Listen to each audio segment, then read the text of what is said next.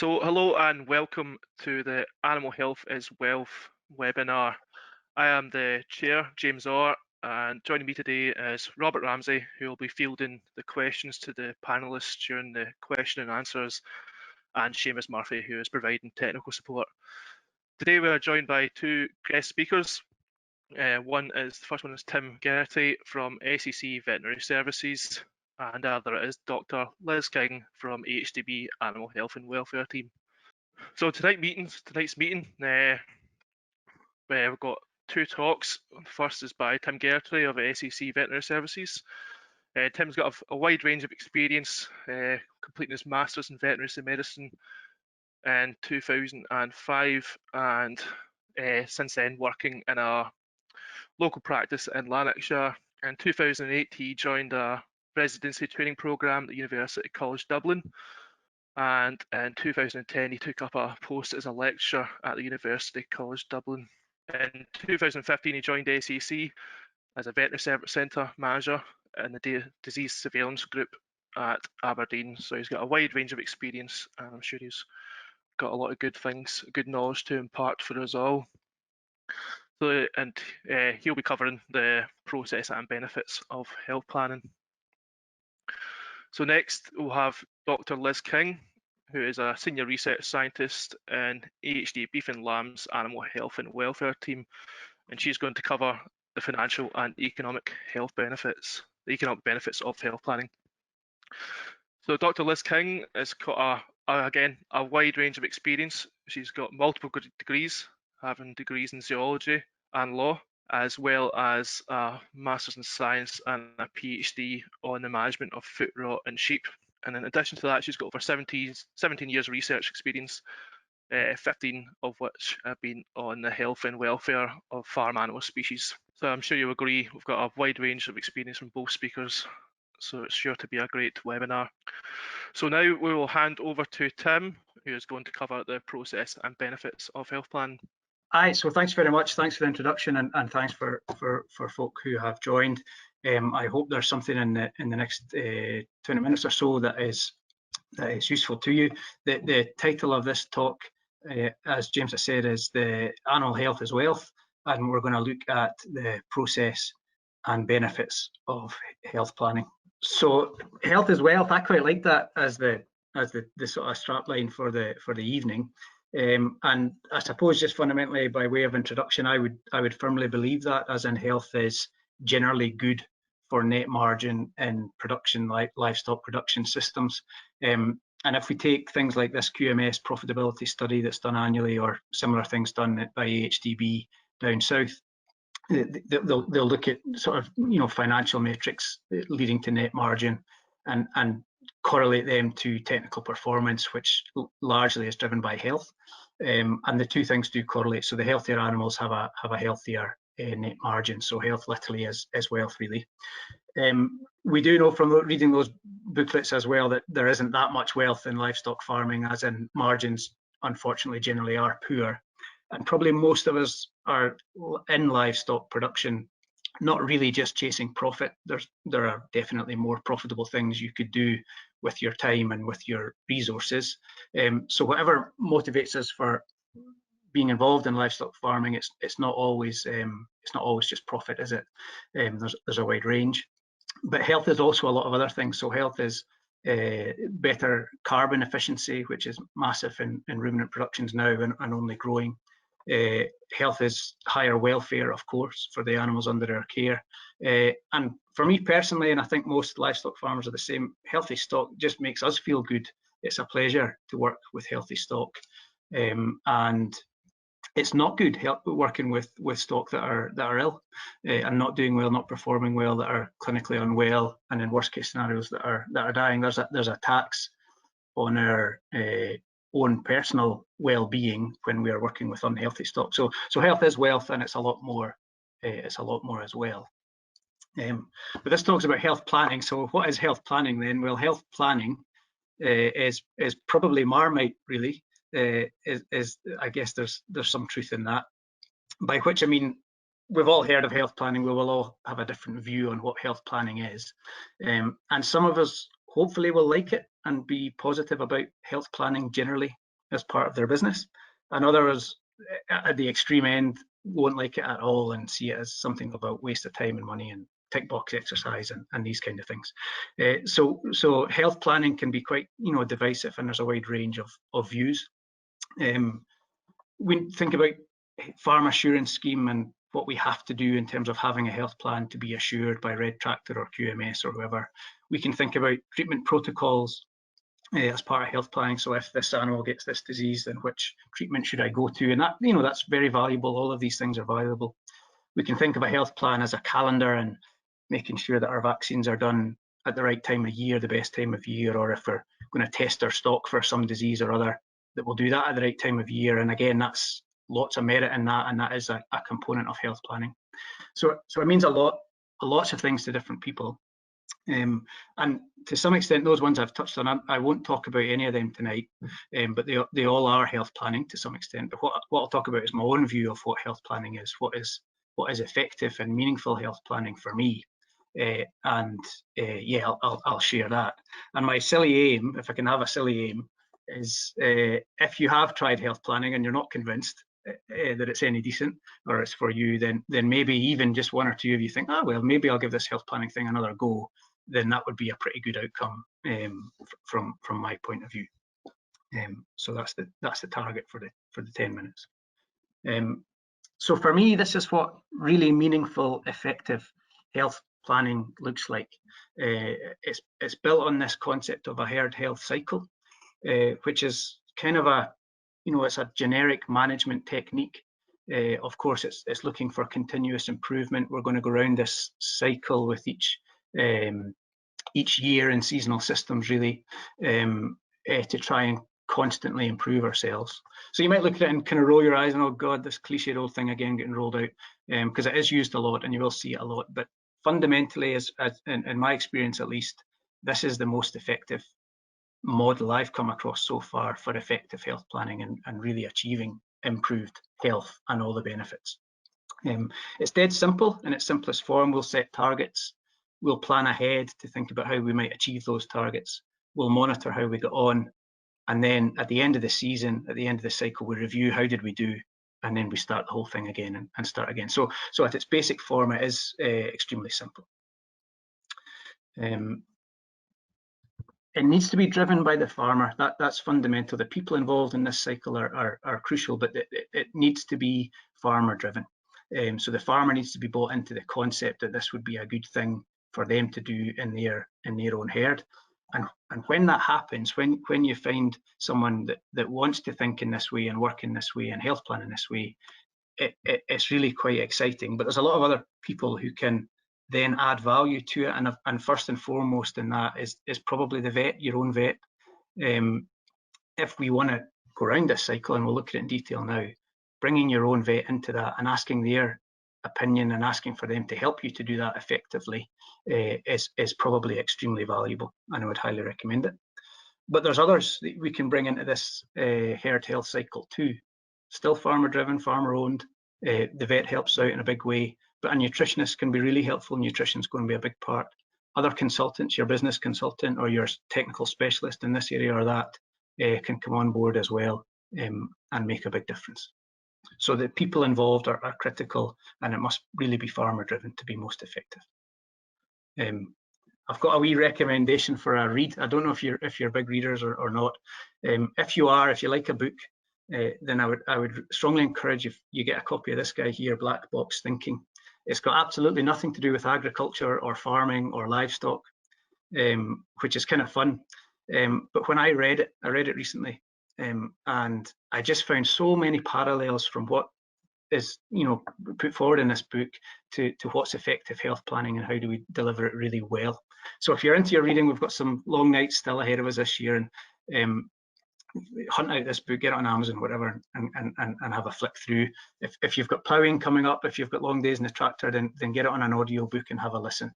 I would be interested to know if you find some of the concepts applicable to your farm in a health planning context. Grand. All right, I could kind of stop my talk now, but I won't. I'll drill in, and we'll zip round this circle and just try and flesh it out a little bit more, if that's okay. So we're going to start. We have to start we have to start by setting targets. That's critical. So if we're going to try this herd health cycle for the first time, or we haven't done it before and would like to, then start by setting yourself some targets.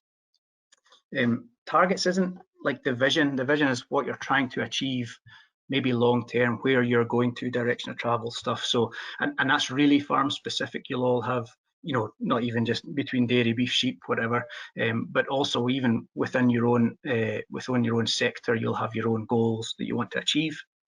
So we can think about, you know, trying to get high genetic merit bulls up for sale. We could think about finishers really trying to hit market spec in a high proportion of animals out through the system.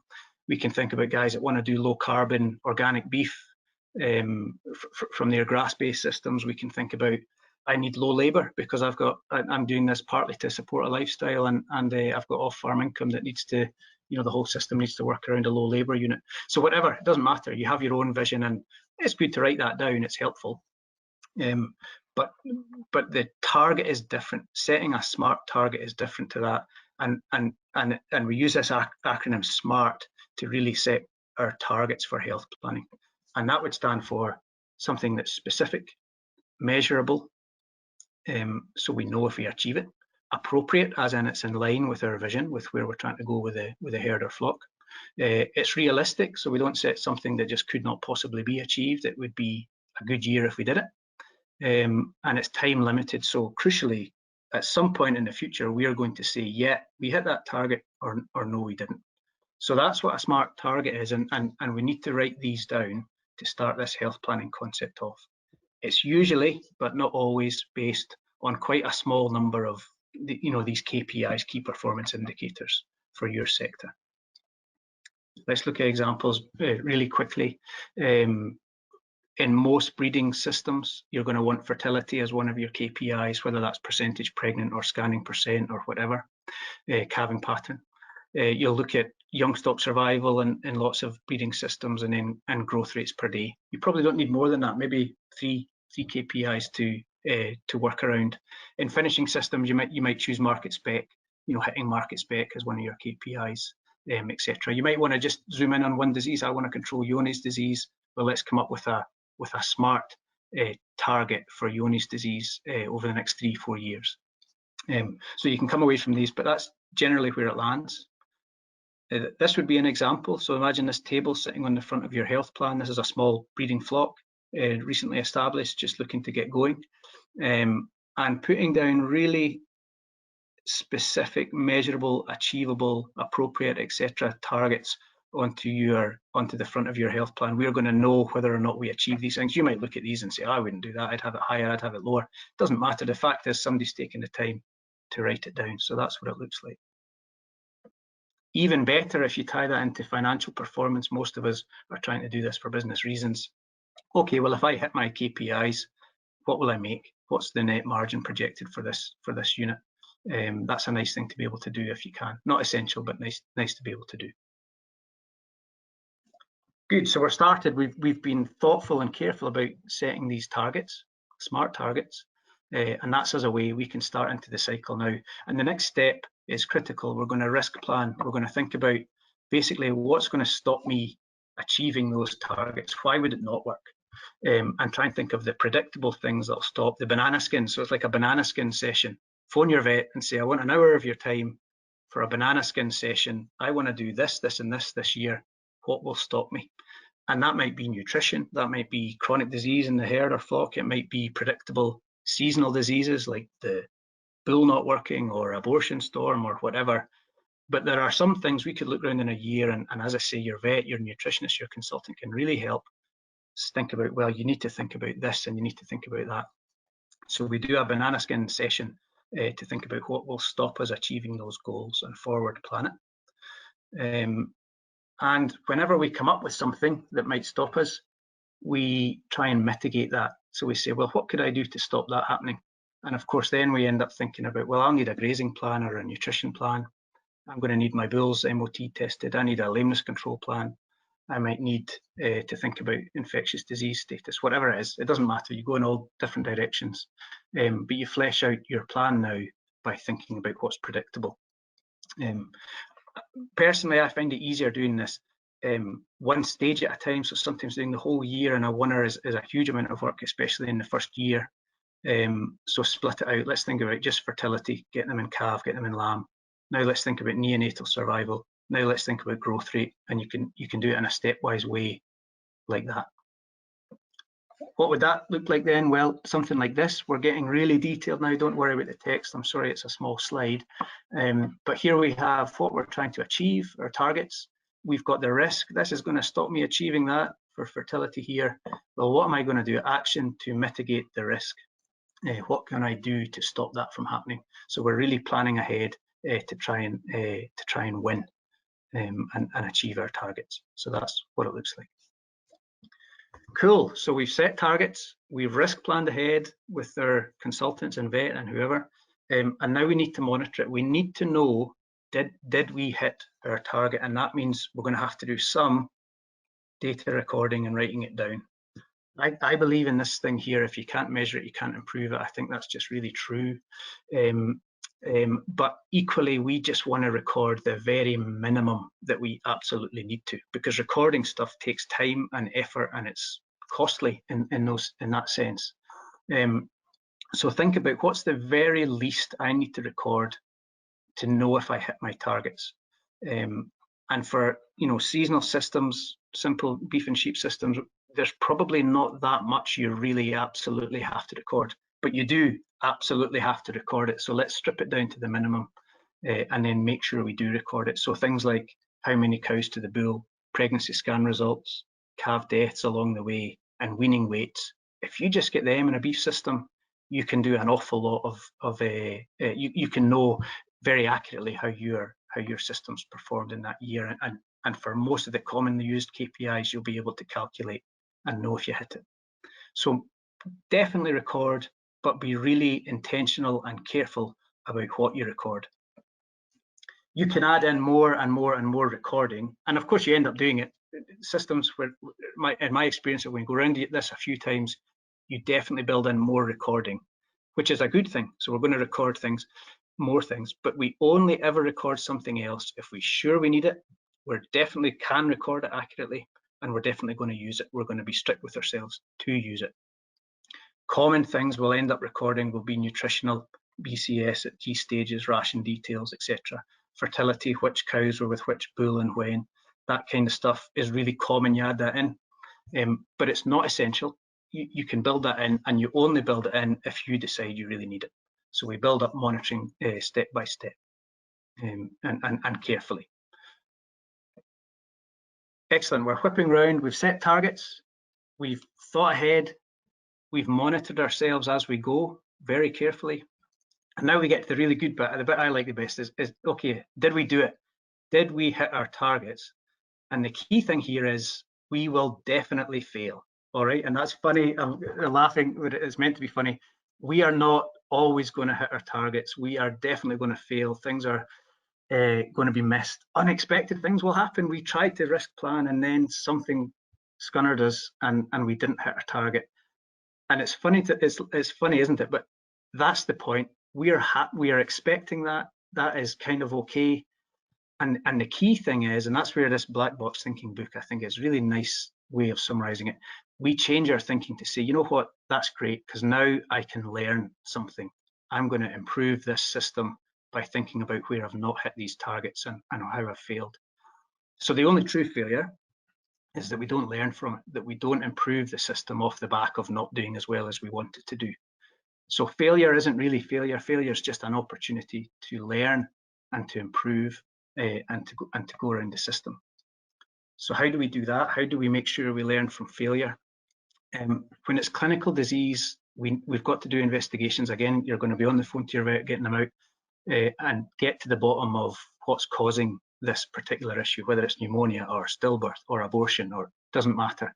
Investigate it and figure out what's going on, because it's only by figuring out what's going on that we can learn. Post-mortem investigations are hugely helpful. I think sometimes we think of that as like good money after bad. The animal's died, so I'm not going to spend money on a post-mortem. But if it's in the context of learning for the sake of the system, then suddenly you've got this great opportunity to learn something new about your system and build it in for next year. So PMs can be good, and data is good. That additional data that we talked about, that we add in later, that we very careful about not doing too much, just doing what we really need, that can really start to help us understand which animals didn't do well, and look for patterns. So we're looking at, was it cows in this shed or cows in that shed? Was it at the start of the season or the end of the season? Was it heifers or was it cows? Was it gimmers? Was it older ewes? So we look for patterns in space, time, animal groups, etc. Oh, excuse me, there we go. PMs as a stillborn calf could easily have just gone with the knacker company, the fallen stock company, but you bring it in for a PM, get your vet to help, whatever, and you learn that it was anoxia, it was a slow calving, and it died because of anoxia, a lack of oxygen during the birth process. Well, there's a whole range of things we could look at to reduce the probability of that happening again, improve the system. This is a bad PD day. We've scanned, we didn't get the scan we wanted, a few empty cows. Okay, well, let's drill into that. Let's learn from that moment. And here we see in this example a bull not working in the late season. You know, this is a bull here with just 2 out of 15 pregnant. Well, that's a huge part of your problem there, and we've learned something from it. We needed the data to do that, but we were disciplined to do it. Great, so we're back at the start. We've come all the way around and back to the start. And of course, okay, we learned everything we can. We didn't hit all our targets. We made some mistakes. We failed a bit, but we've learned something new, and we can start the whole process off again. And it's easier the second and the third spin around. Does it work though? That's kind of the question. Well, in my view, as I said at the start, this does work when it's done well and done intentionally and farmer driven. And across a number of different systems, it can be a really powerful tool to employ. And as I said at the start, this for me is effective health planning in action. I've got one example. I'm sorry, I did want to put an example. I'm short of time. This is a monitor farm unit. I could have talked about lots more, but let's just zoom in on this quickly.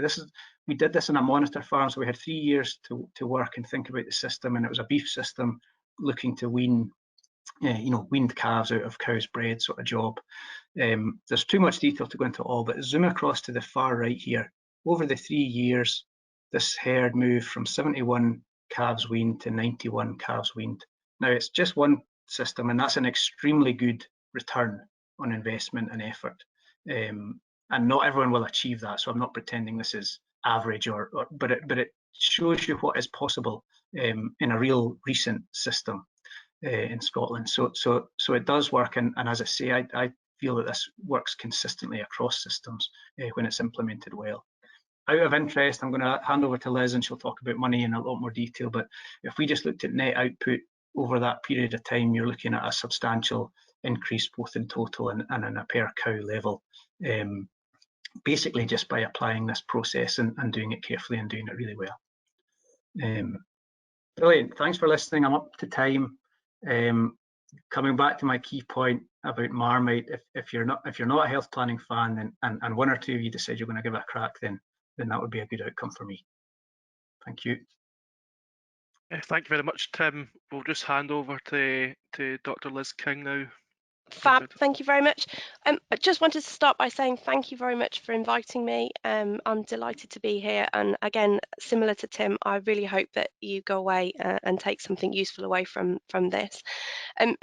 Again, excited by the title, Animal Health is Wealth. It really is that.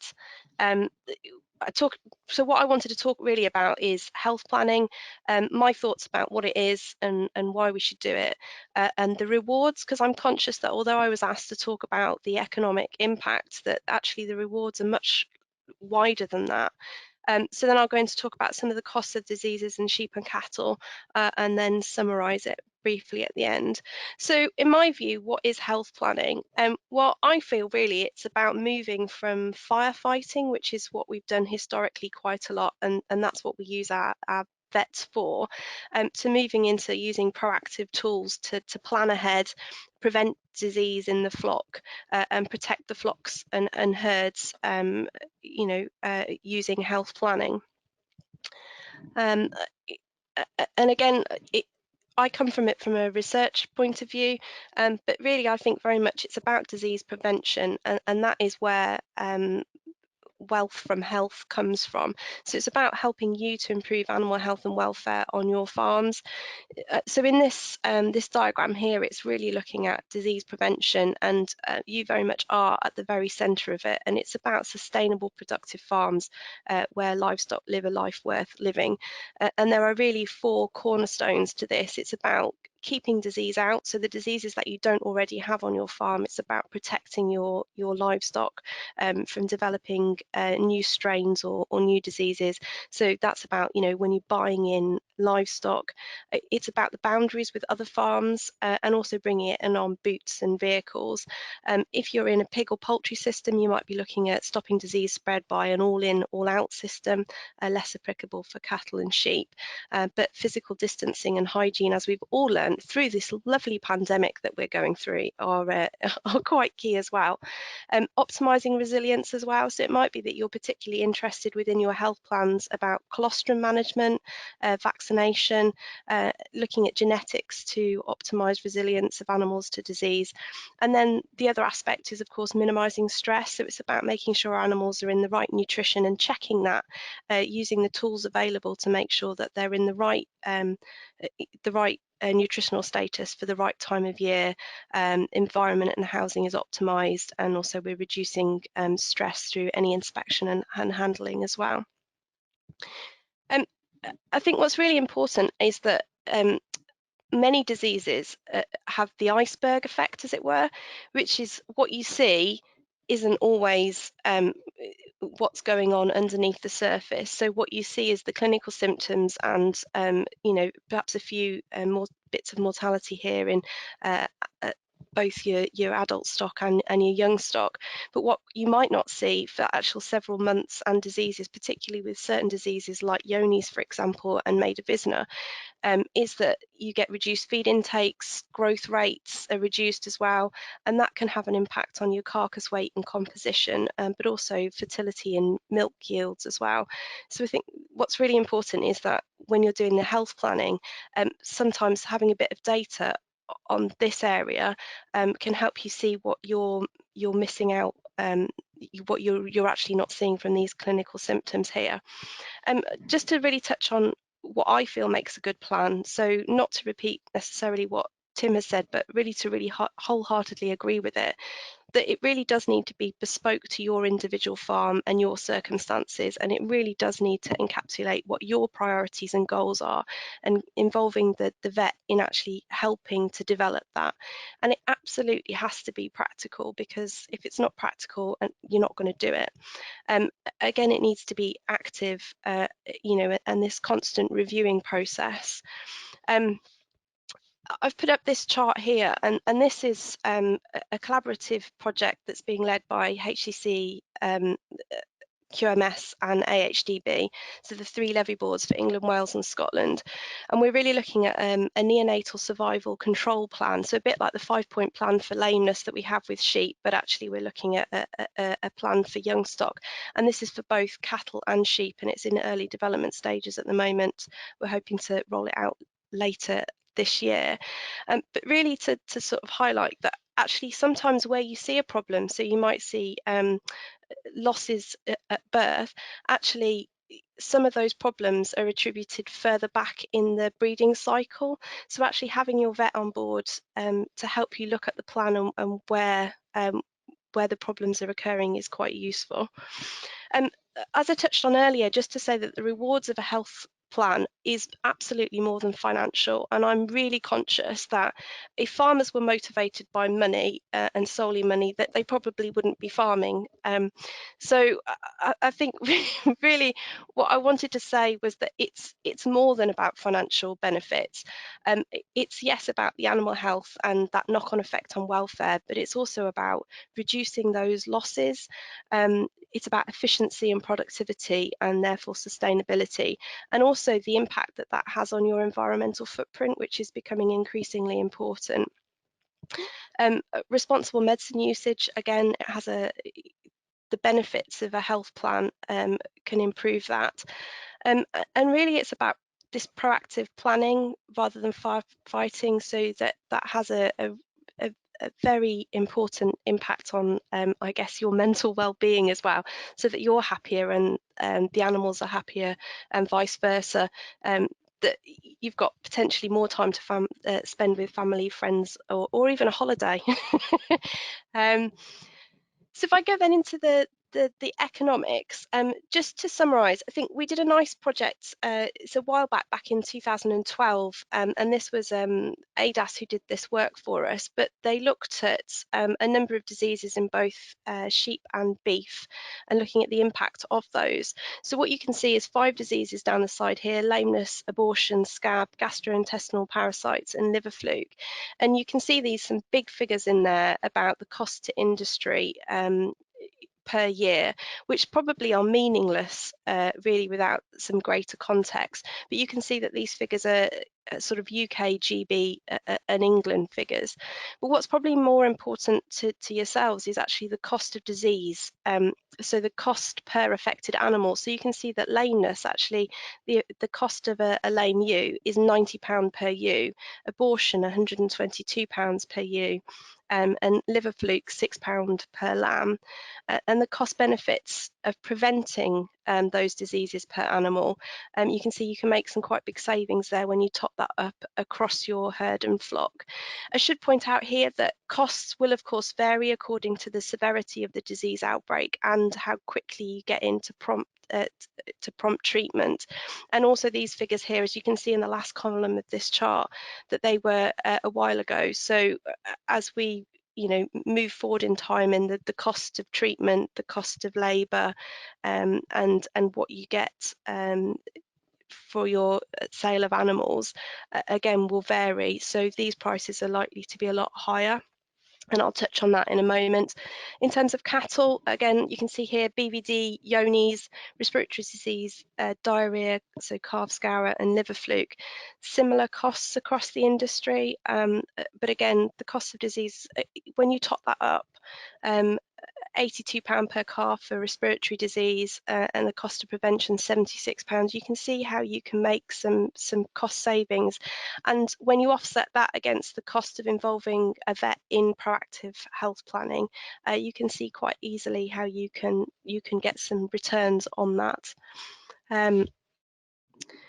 So in terms of updated figures, BVD, you can have persistently infected individuals, but also transiently infected individuals, and an unborn calf infected with the virus within the first 120 days is likely to be born as persistently infected, and these persistently infected animals are the greatest source of infection to other cattle, and they shed the high levels of virus throughout their lifetime, and that's why it's recommended that they're removed from the herd as soon as you discover them. As you can see here, 2 persistently infected individuals and 100 suckler cow herd, the cost there, almost £17,000, and that's because you'll see here, you can see that there's a 28% increase in pneumonia cases, and calf mortality rises from 4% to 30%. When we look at roundworms, liver fluke and lungworms, so a European study was completed in 2020 across 18 countries, and the costs combined with those 18 countries was €1.8 billion. Again, that figure doesn't really mean much, but when you break it down, so France had the highest costs at 418 million. The UK had the second highest costs at 270 million, and I think Ireland had the third highest costs, and that's just reflective of the number of animals in these countries. But if we break that down to the cost of lost production, and that's looking at our the tip of the iceberg and beneath, the cost of lost production, 133 million for dairy cattle, 53 million for beef cattle, and 15 million for sheep meat. The cost of treatment, again, and you can see that the proportion between those 3 sectors is 55% with dairy cattle, 29% for beef cattle, and sheep 16%. What's also important to point out within that is, within this study, they did look at annual losses from wormer resistance to the cattle industry. So I think what I'd like to highlight is actually thinking about responsible medicine use and how you're using your drugs, actually having a conversation with your vet to make sure you prolong the life of some of the drugs that are available currently is quite important. Cost of sheep scab, I think in my earlier slide, I think the earlier indication from 2005 data was that it was 8.2 million. There's been revised cost recently, so the industry cost somewhere between is thought to be somewhere between 78 and 202 million pounds, and that's across Great Britain. The cost, the wide variety or the wide range there is due to the difference in the treatments, the time of year, and the number of lambs present during an outbreak, because obviously you will have an awful lot more lambs if it's when lambs are at foot. And for lowland and upland farms, there's a range there of 1,000 to 2,400, and for upland to 2,100. So you can quite quickly see that if you had multiple years where you had an outbreak of scab, that actually your profit margins disappear quite rapidly. Lameness in sheep, I've probably put a bit more on this because it's one of my favourite topics, but foot rot and scald, both caused by Diclobacter nodosus, but they account for 90% of lameness, and a current estimate of the levels of lameness in the UK are approximately 3.2% in sheep flocks. That's down from, I think, 10.6% back in 2006. Recommended treatment is still individual prompt treatment within 3 days with both injectable and topical antibiotics, and foot trimming, which is back-breaking work and also quite time-consuming, is thought to account for 30% of lameness, and that's because if we do this accidental over-trimming, it results in damage to the foot, which allows foot rot bacteria to get in. Routine foot bathing, again, it's something that people still like to do, especially in form, is linked to the presence of granulomas. And I think really it's just to highlight that the cost per affected ewe, where levels of lameness are around 10%, is £90 per ewe. So again, you can make some savings here, and I've just put up as a reminder the 5-point plan for lameness in sheep. There was a study in 2006 for 18 months looking at prompt treatment of lame sheep using best practices I've previously mentioned. And what it really showed was that actually that you get significantly fewer lame sheep, fewer higher locomotion scores, a higher body condition score, fewer barren ewes, fewer dead ewes and lambs, a higher lambing rate, higher rearing rate, and more lambs finished before weaning. And those can amount to cost savings of £600 per 100 ewes put to the top. And that's despite the increased cost of perhaps going into the flock more regularly, and also perhaps additional treatments there of £135. So I guess the other thing is, because I'm conscious that environmental impact of disease as well has a part to play. So the UK government has announced a very ambitious target of net zero greenhouse gas emissions by 2050. Agriculture is thought to be the 4th largest contributor to UK greenhouse gas emissions, with both ruminants producing carbon dioxide and methane, and 49% of agricultural greenhouse gas emissions are from ruminant livestock. So the Committee for Climate Change has recommended a 64% reduction of greenhouse gas emissions, and current strategies, whilst they're are thought to tackle about 19% of that reduction before 2035, with the rest to be delivered within that later period.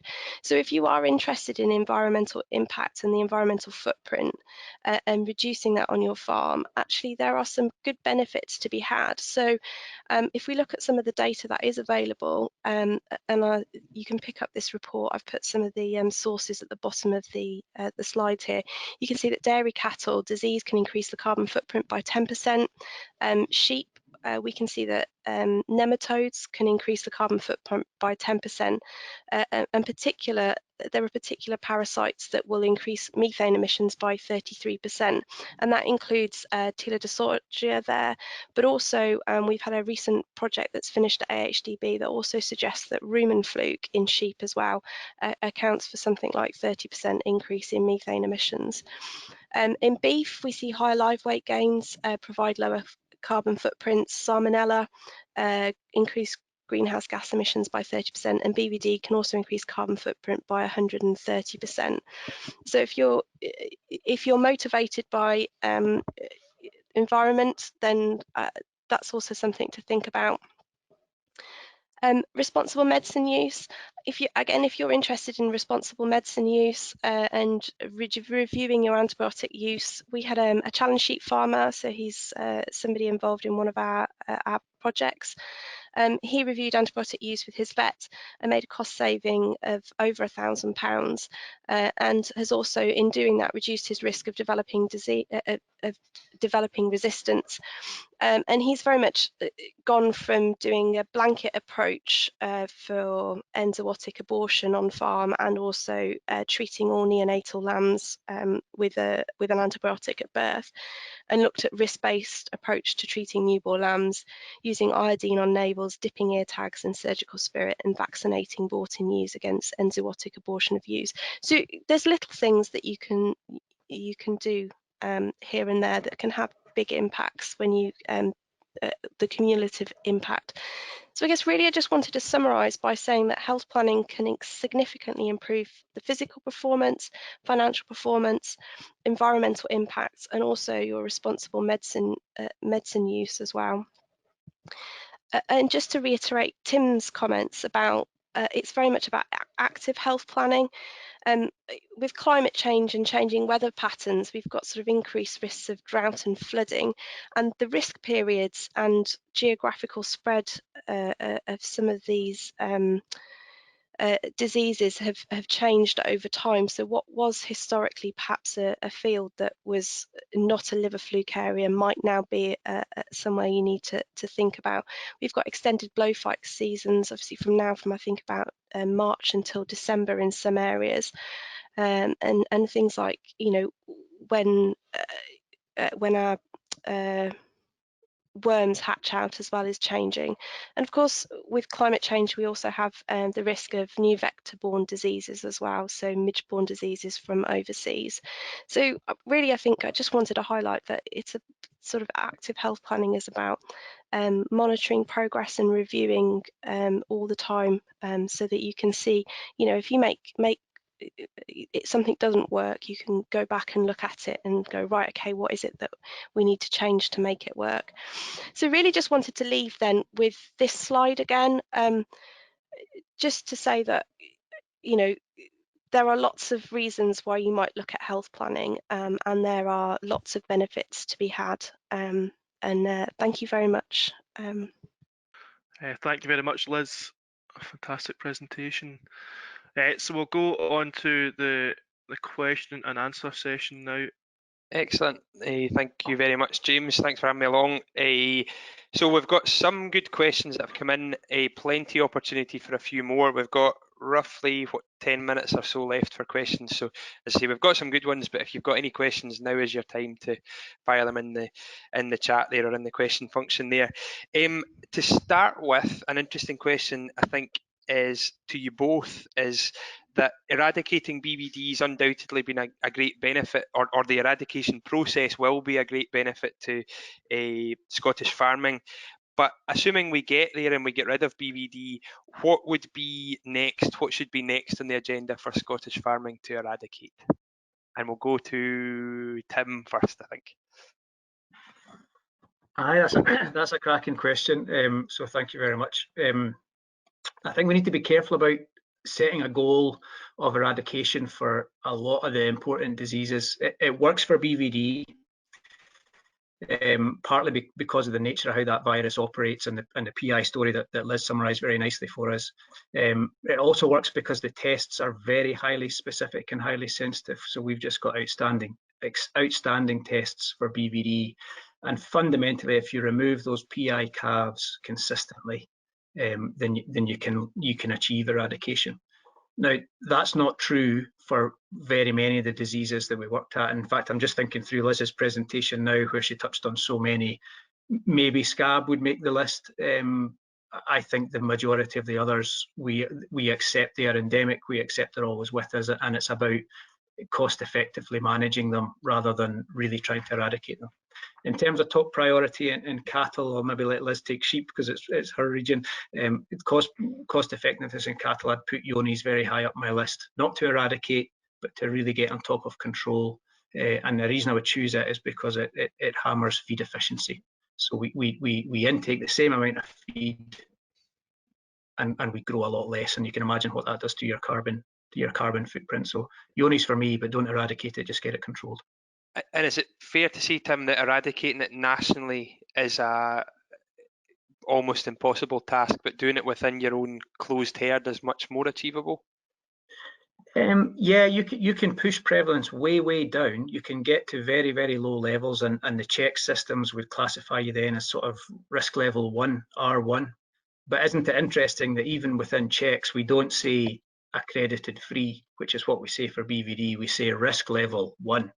So eradication really isn't totally achievable with Yonis, and that's partly because the tests aren't good enough to be super confident you don't have it. But you can control it very effectively and reap all the benefits in health and welfare and financially by pushing risk away down. But it doesn't necessarily disappear. Yep, interesting. Liz, have you any thoughts on what to eradicate next? I think it's really hard. I think I agree very much with what Tim has said. I think eradication, I think the issue is that we have so many individual farms, and what's a problem on one farm isn't necessarily a problem on another farm. I can think of a number of things. You've got OPA, Yonis in sheep, Maida Vizsla. There's so many diseases, but like you say, the diagnostic tests aren't always conducive to an eradication program, and we can spend a lot of money on trying to eradicate diseases when actually what we want to do is stop the spread. So if you haven't got it on your farm, you want to keep it off your farm, and it's, you know, as we've seen with this pandemic as well, it's about new variants of the same disease as well, so it's about keeping those out too. So I'm sort of, yeah, I'm not sure I sort of go with eradication schemes for everything, but I think certainly with on the sheep side, I think some of the iceberg diseases such as Maida Vizsla, OPA, Yonis again, and also looking at, you know, the potential risk of spreading Yonis between sheep and cattle and what the risks are there. There's a project going on at Liverpool looking at that at the moment. Yeah, and it's again probably a thing we should be more proactive than waiting for a government scheme to eradicate something. Try and get on with it and do make some progress on your own flock and herd. That's ultimately the thing that makes you some money. Again, probably to Tim, this one I think is a closed herd policy or a closed flock policy the only way to guarantee a proper high health status? Great question, thank you. And it depends what you mean probably by high health status. If we're thinking through checks where we are low risk for a named disease like lepto or Yonis or IBR, BVD, then yeah, really controlling diseases coming into the herd is fundamentally important biosecurity. So if we want to be, you know, selling bulls or selling breeding heifers as demonstrably low risk or even accredited free for a small number of diseases, then yeah, closed herd policy is really important. We talked about Yonis testing. It gets a hard time, doesn't it? But it's very difficult with the tests we've got to buy in a lot of animals and not bring Yonis in with them. So in that context, yes, high health performance. You know, tonight we've been talking really about, you know, growth rate and fertility and low mortality. Does that need a closed herd policy? I think it can help, but it's not absolutely necessary, by which I mean I would be very happy working with kind of breeding units that are bringing in only purchased heifers. There's ways to mitigate risk there. You're opening up to risk, but you're getting some benefit as well. And you can still do an awful lot on farm to control that. So if you want to run like that, then you can still achieve very high performance in those units. Similar finishing units, sort of specialist finishing units bringing in a lot of cattle can still strive for very high technical performance and high health, even though they're bringing in a lot of stock. Yeah, excellent, thanks. Liz, we've got a few questions on sheep's feet, and I'm going to try and roll them into some form of an order here. But basically, lameness, if it was your own flock, would you go with a vaccination policy or a hard culling policy? I think I was convinced it was going to be a foot trimming question, because I'll have upset somebody by mentioning foot trimming, but I was going to say, I guess the thing is with vaccination, it's part of that 5-point plan. So I think all we want as farmers is a pill, a one-stop shop, a blanket treatment, which is why we love things like vaccination programs and foot bathing, because we don't have to go in there and do lots of catching and treating individual animals. But I think actually the way forward is really that individual treatment, and vaccination is part of that, to help where you've got a high level of foot rot in your flock. And would it be worth, specifically for tups, so obviously keeping tups on their feet is really important, is it worth vaccinating your mob of tups particularly? Are they a high enough priority group that it's worth spending money particularly on them? I think so. I think tups quite often get neglected, don't they? They only get looked at just before they go in with the ewes, as it were. But yeah, I think if you're going to vaccinate, you want to look with the vet about which groups you vaccinate, and I don't think you want to forget your tups, as it were. Mm-hmm. And the last one is slightly to do with, I'll try and amalgamate them. If you've got a ewe that's lame or got a chronic issue, but is in good condition and she's breeding well, do you colour out the system, or do you accept that she's got a lameness issue that you treat? It's it's a good question, isn't it? I think from my experience, it's almost 3 strikes and you're out. So if you mean by chronic illness that she's repeatedly lame, it might be that she's harbouring the foot rot bacteria within her hoof horn somewhere that you can't always get to, and so she might be the one that's distributing it around your flock. So if she's chronically lame, 3-strike policy, and then out. Yeah, that would be my advice. I don't know what Tim would suggest, but yeah. Yeah, no disagreement, absolutely. Yeah, excellent. To you both, what about formalin and foot baths? Fans or not fans?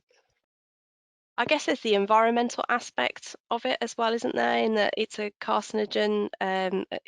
Getting rid of it, disposal, we're sort of moving away from it, as it were. I'm not sure whether zinc sulfate is going the same way as well, because obviously zinc's something we need to think about within the environment as well. But yeah, I would have said the evidence for formalin is that it would be something that I would think about staying away from. We do have AHDB have got a funded project looking at foot bathing at the moment and the actual benefits of it. So it's probably worth keeping an eye out for that piece of research. The PhD student's due to finish next year, but she's looking at actually the foot bathing and when you foot bath, what's on the feet, what bacteria, how long does the bacteria stay on the foot after you've foot bathed, and when does it come back? So it's quite an exciting piece of research.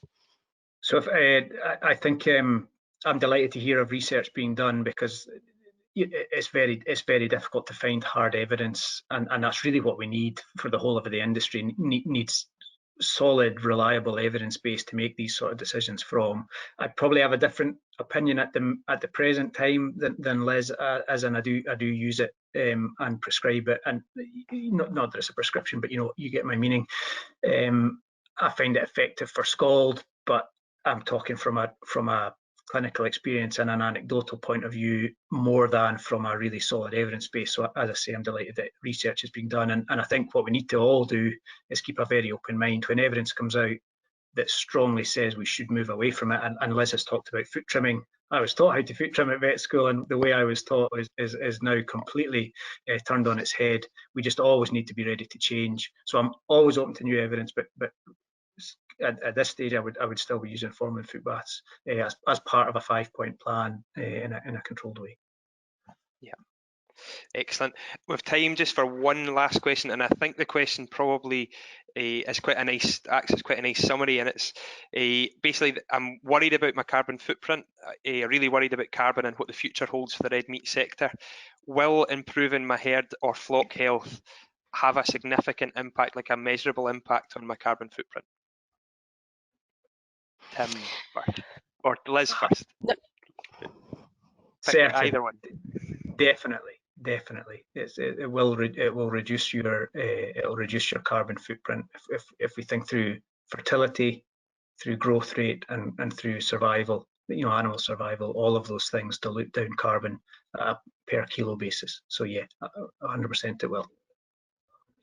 Yeah, absolutely. And I think the evidence will be moving towards that as well. We've got, for the first time, we're starting to look at the environmental impact within AHDB. We've not looked at it really before, and I think that evidence will be coming out really, really strongly. So yeah. And I think as well, the other thing, we're shouting about carbon all the time, but we also need to shout about welfare and having a massive improvement or a measured improvement of animal welfare across the whole industry can only be a good selling point for everything as well. So it's a win-win. But sadly, we've no time for other questions. If you do have other questions that come in for the speakers, we'll get them or hopefully get them answered. But yeah, just thank you both for your time, and thanks to James for asking me along. Thank you all for attending, and again, thanks to the speakers. I'm sure you'll all agree that they were fantastic. It's been a very interesting discussion. So I hope you all enjoy the rest of your evening. Thank you and goodbye.